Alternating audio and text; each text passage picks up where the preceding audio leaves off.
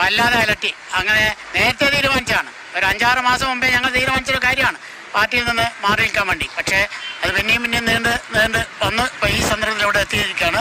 ഒരു ജില്ലാ കമ്മിറ്റിയോടും ചെയ്യാതെ അവഗണനയാണ് കോഴിക്കോട് ജില്ലാ കമ്മിറ്റിയോട് നമ്മുടെ സംസ്ഥാന നേതൃത്വം രാമേന്ദ്രൻ കടന്നപ്പള്ളിയും അതുപോലെ തന്നെ മറ്റ് നേതൃത്വം കാണിച്ചിട്ടുള്ളത്. കോൺഗ്രസ് എസിന്റെ കോഴിക്കോട് ജില്ലാ കമ്മിറ്റിയിൽ കൂട്ടത്തോടെയുള്ള ഒരു രാജിയാണ് ഇപ്പോൾ ഉണ്ടായിട്ടുള്ളത്. നേതൃത്വത്തിനെതിരെ രൂക്ഷമായ വിമർശനമാണ് ഇവർ ഉന്നയിച്ചിട്ടുള്ളത്. ഏതായാലും ജില്ലാ പ്രസിഡന്റ് ഗോപാലൻ മാസ്റ്റർ നമുക്കൊപ്പം ചേരുന്നുണ്ട്.